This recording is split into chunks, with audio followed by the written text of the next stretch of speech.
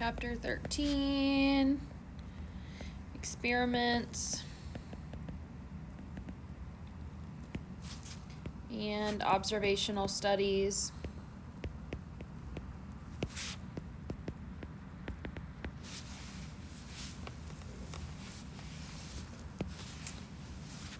So a couple definitions. A study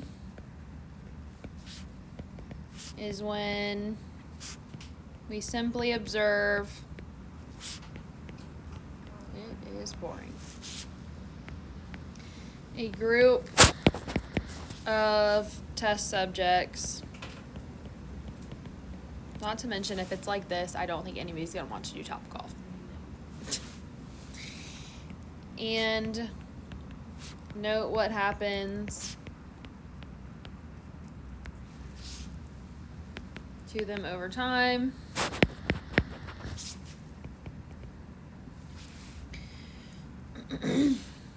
So then there's a couple different types of studies. A retrospective study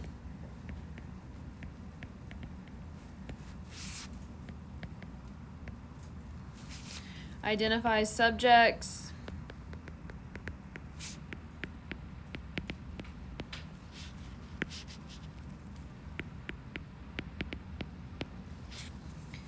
and looks at their past.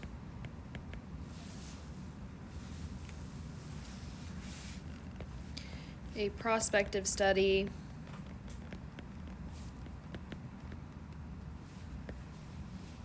identifies subjects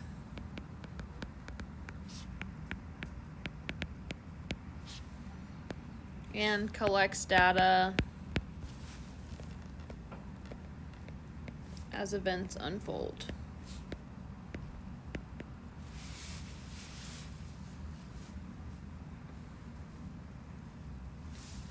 So it's a matter of looking at something that's already been done and going back and analyzing it, or doing something in the present time, basically.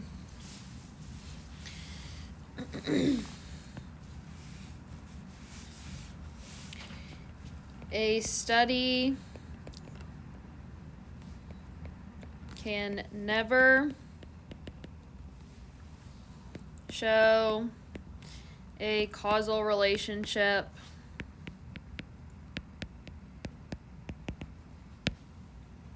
between variables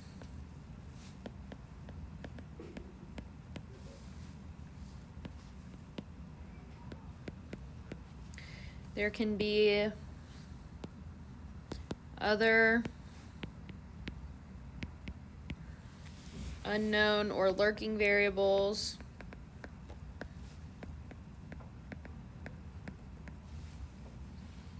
that are actually causing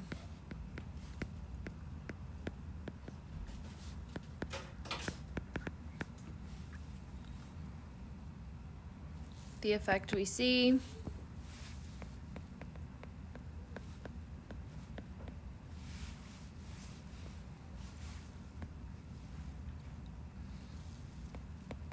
Studies can show trends and possible relationships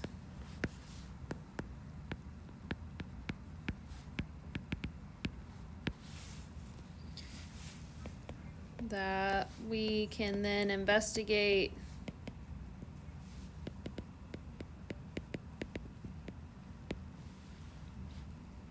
through experimentation.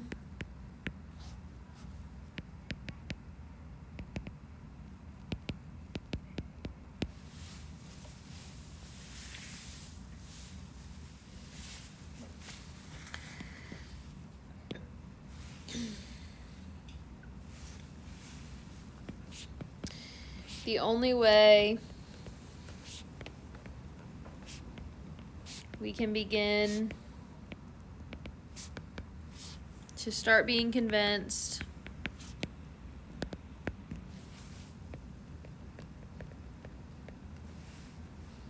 of a cause and effect relationship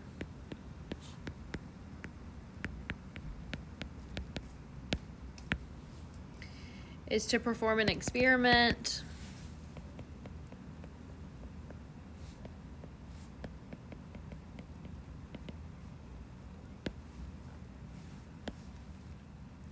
on the variables we are interested in.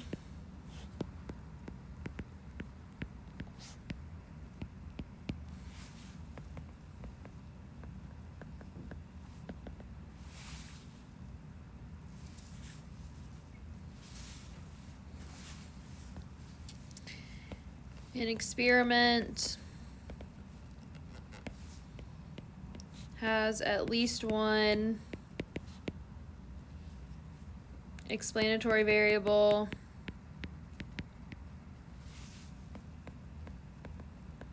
or I should say explanatory variable factor and at least one response variable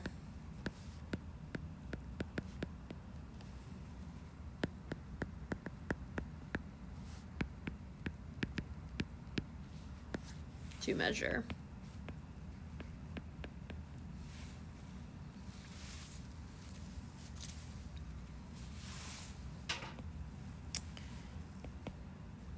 The key to an experiment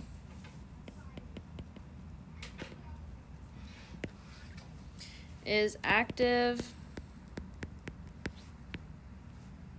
and deliberate manipulation of factors and random assignment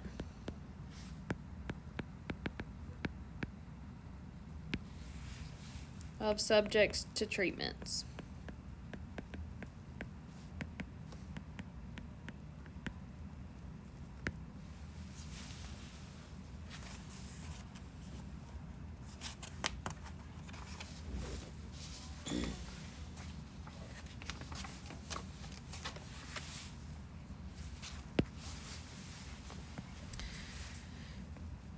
Levels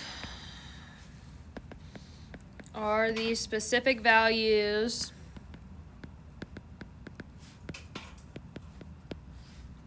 of the factors used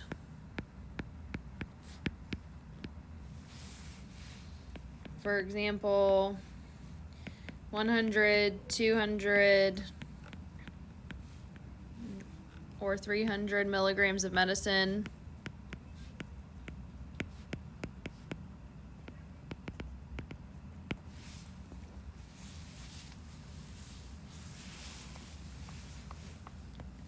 and then treatments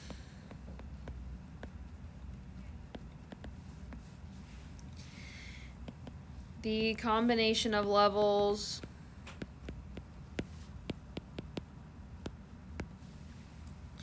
from all the factors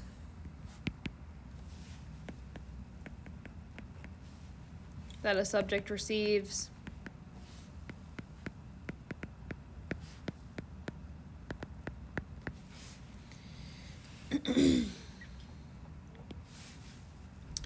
so an example would be factor 1 has 3 levels. So, for example, 2, 4, or 6 hours of sleep.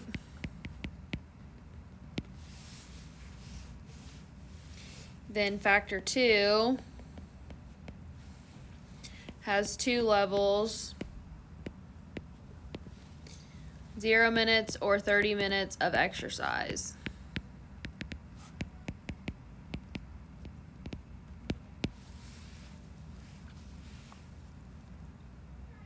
So then each factor can pair up with the one from the other one. So like 2 with 0, 2 with 30, 4 with 0, 4 with 30, and so on. So there are 6 treatments. Okay, and that 6 is from the 3 times 2 from above. 6 treatments in this experiment.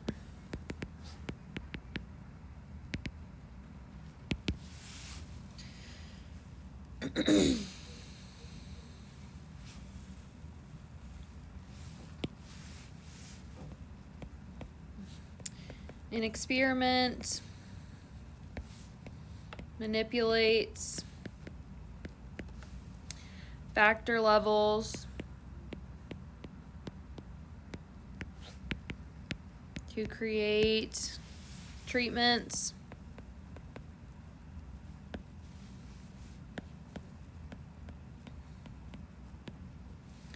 randomly assigns subjects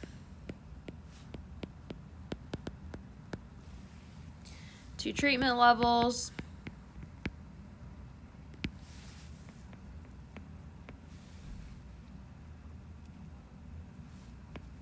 compares responses of the subject groups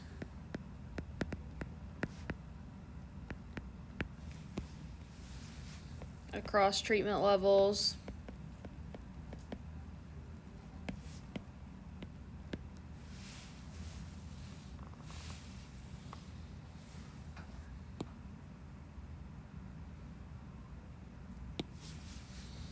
So next we're going to have the 4 principles of experimental design.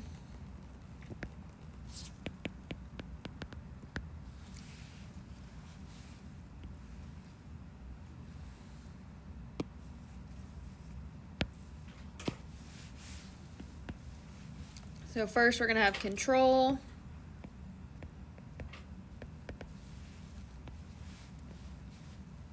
So we control sources of variation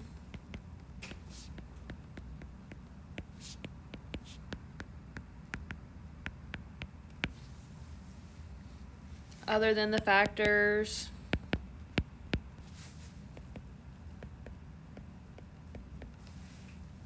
we are testing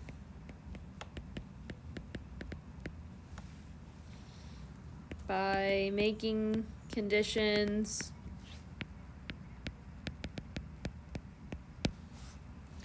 as similar as possible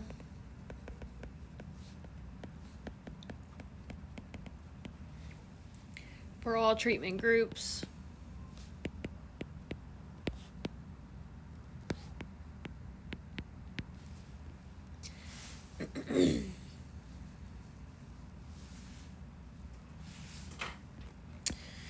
Number 2, randomize. So randomization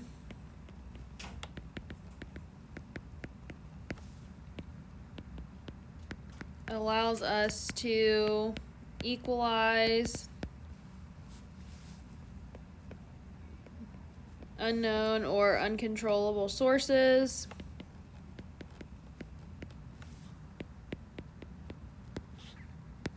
of variation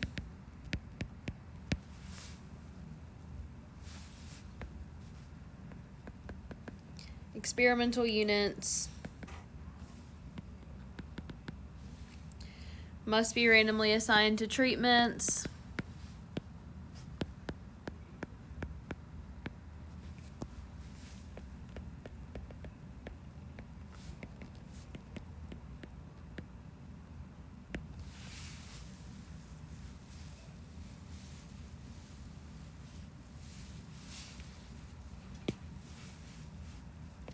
Something to note about this, it is not necessary that all subjects in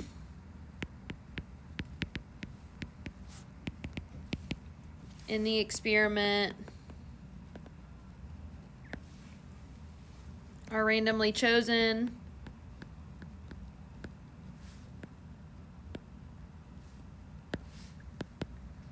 The subjects must be appropriate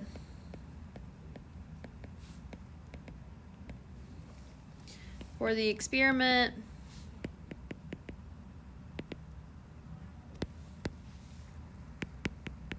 Treatment, however, must be randomly assigned.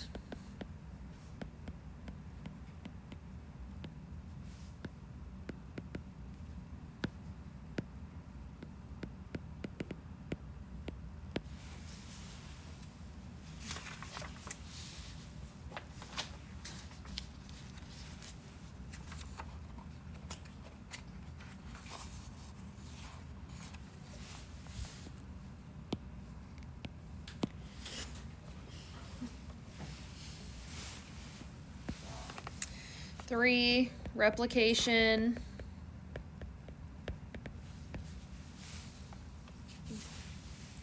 We should apply each treatment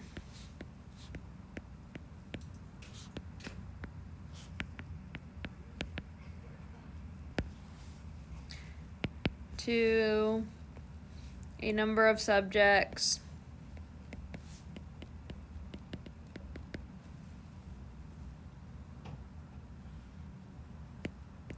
a single outcome is an anecdote.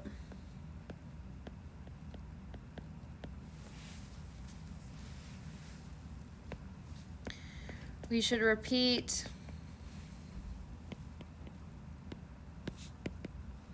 the entire experiment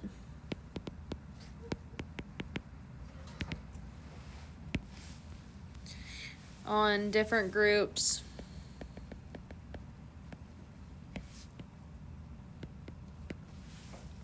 of subjects.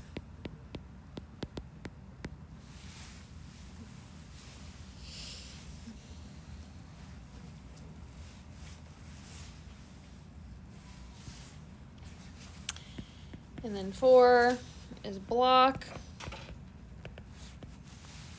So if we group subjects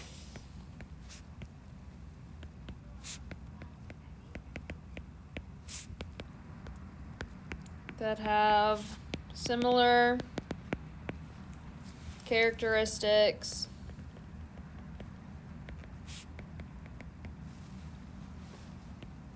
and then randomized treatments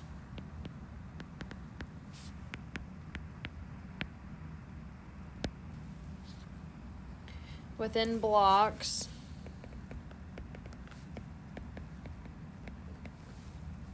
we remove variability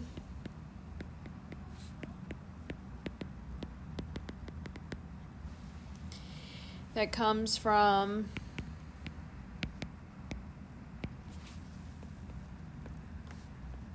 differences among blocks.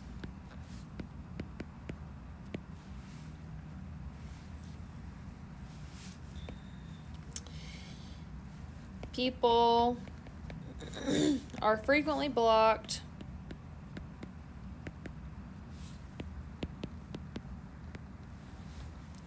by gender, age, political views, etc. Obviously dependent on whatever they're testing for. We block subjects, not treatments.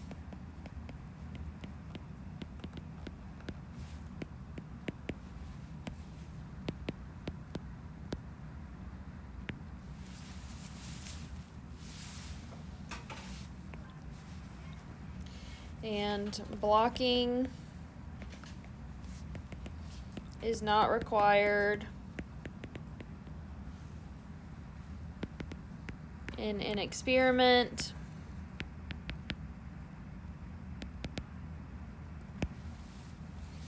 However, the other 3 are required.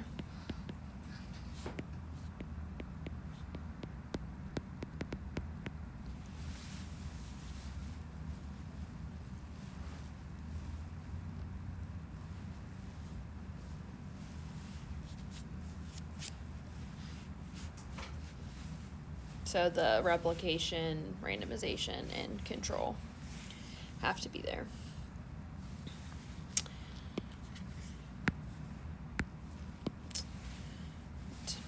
Diagrams are frequently used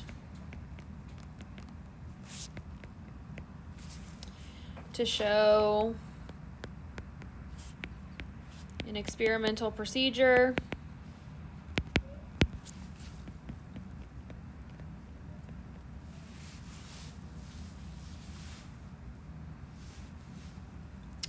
So it's probably going to take up a couple lines here, but we're going to have random allocation And coming off of that, we've got group 1 and group 2.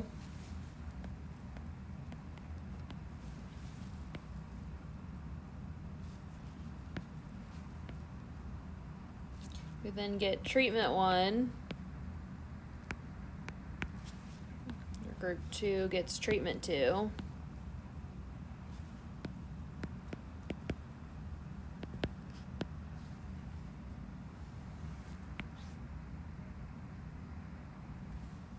And then we get a comparison of results.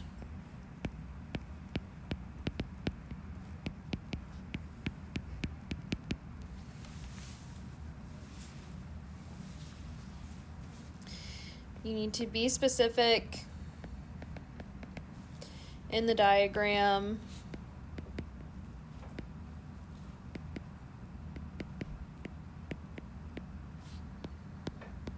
about treatments and comparison.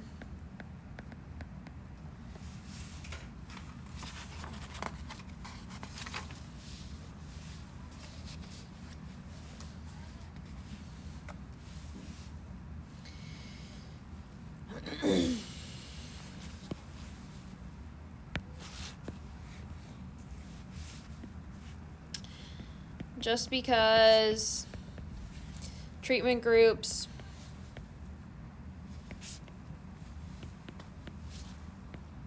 have different results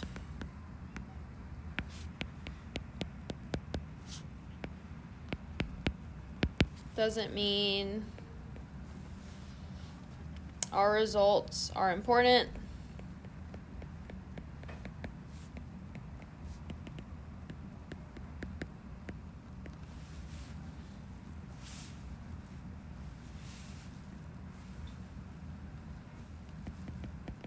If we think the differences are larger,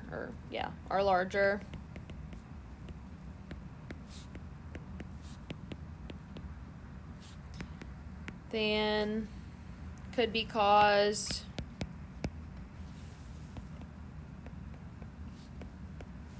by randomization alone.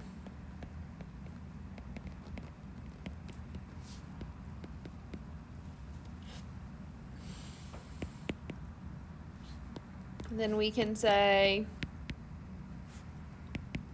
that they are statistically significant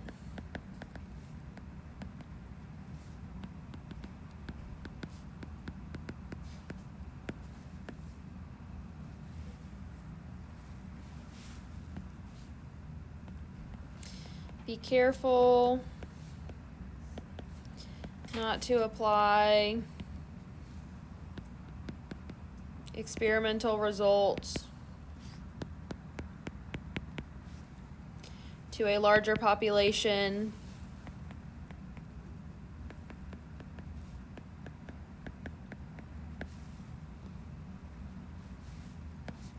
they only apply to the group under study.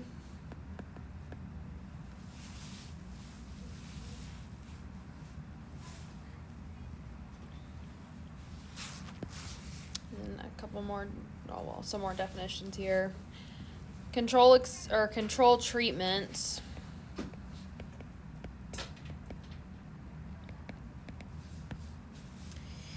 give us a baseline measurement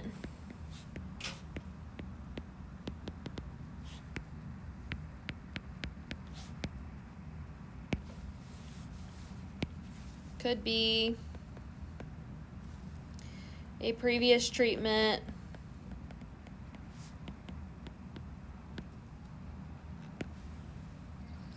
or no treatment at all.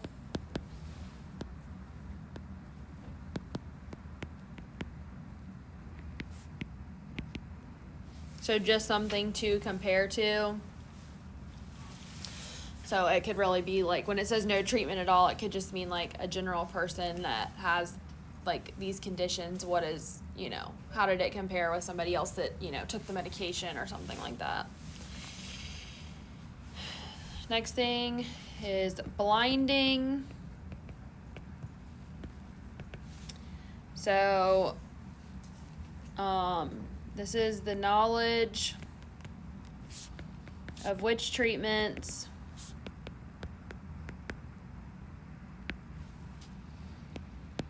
are being applied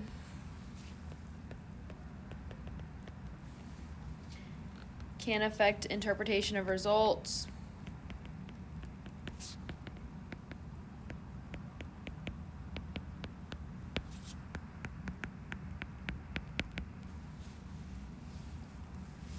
So then there are two groups that can be blinded.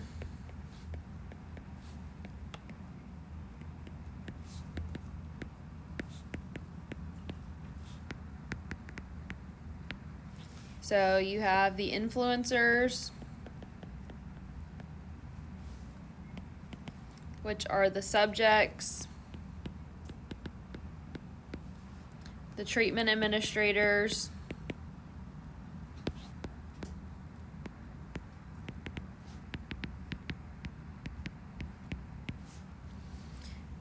or the technicians. The other one are the evaluators, which are the judges, examiners, etc.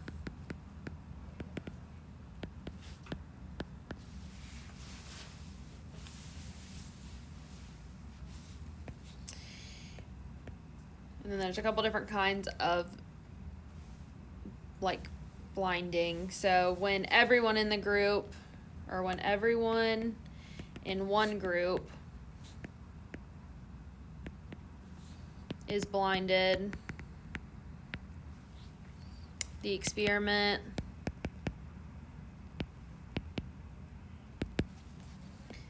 is single blind.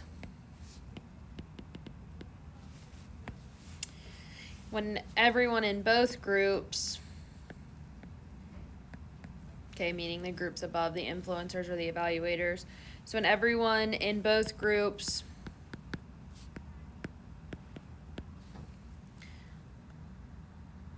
is blinded, are blinded, I don't know, are blinded, the experiment is double blind.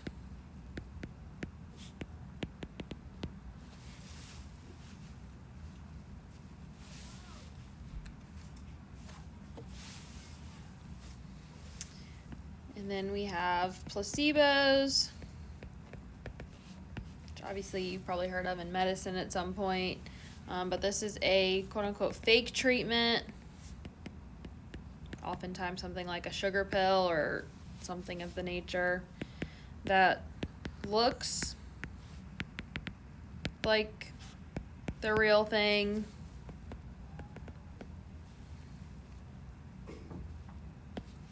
but obviously it's actually not.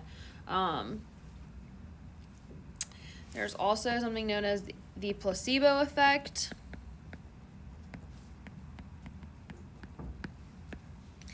And this is a result when people respond positively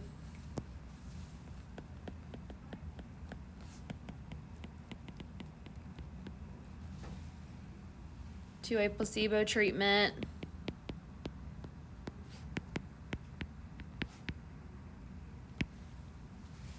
because they believe they will get an effect from it.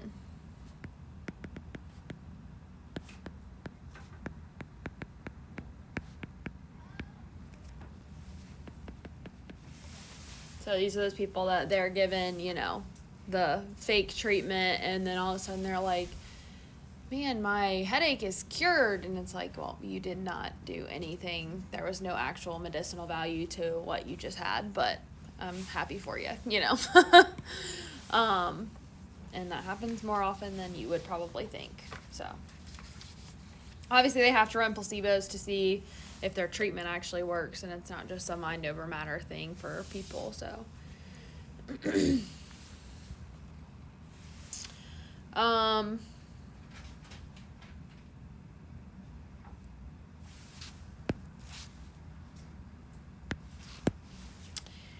randomized blocks.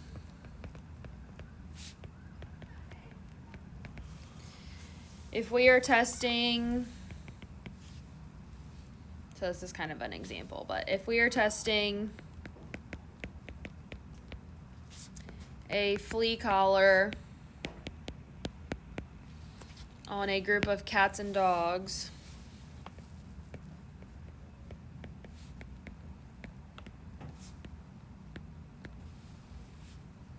we would block by cat or dog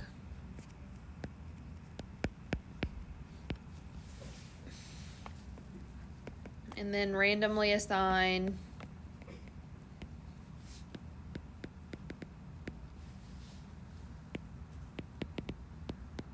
within each block to the old or new collar.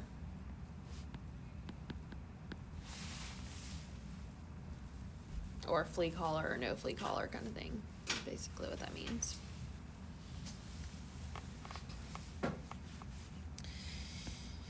Almost done.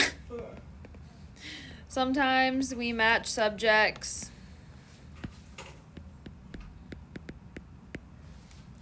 into pairs because they are similar in some way.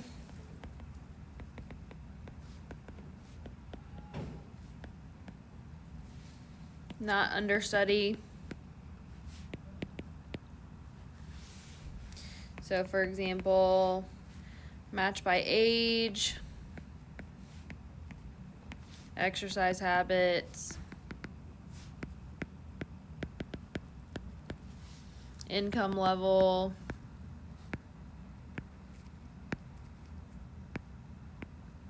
etc. So things that just like are not relevant to what's actually being studied, but it's just a way to kind of randomly break people up.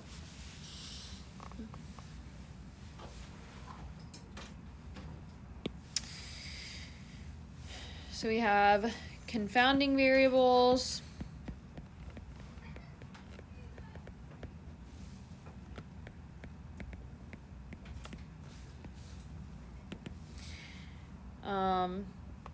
Which is when we can't separate the effects of multiple factors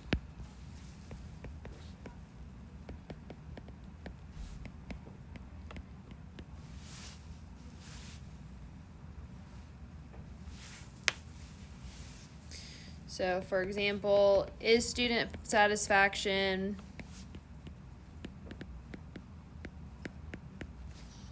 higher in one class than another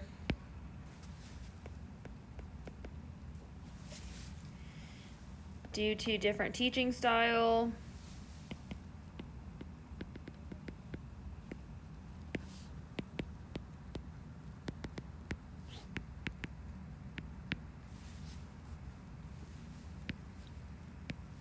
or because one class was at 8 a.m. and another at 10 a.m.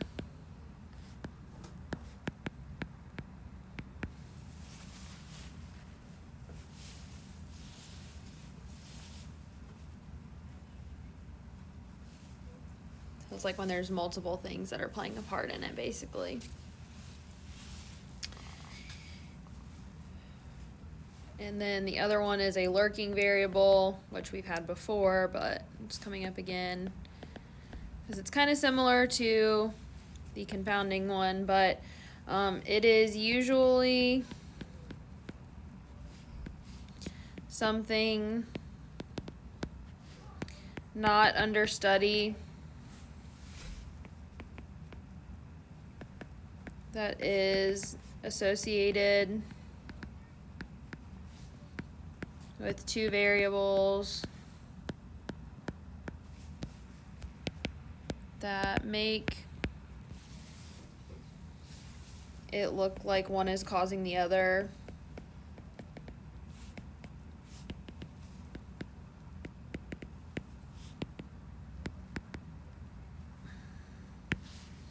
Example, back to the problem we've had, before, the cell phone use.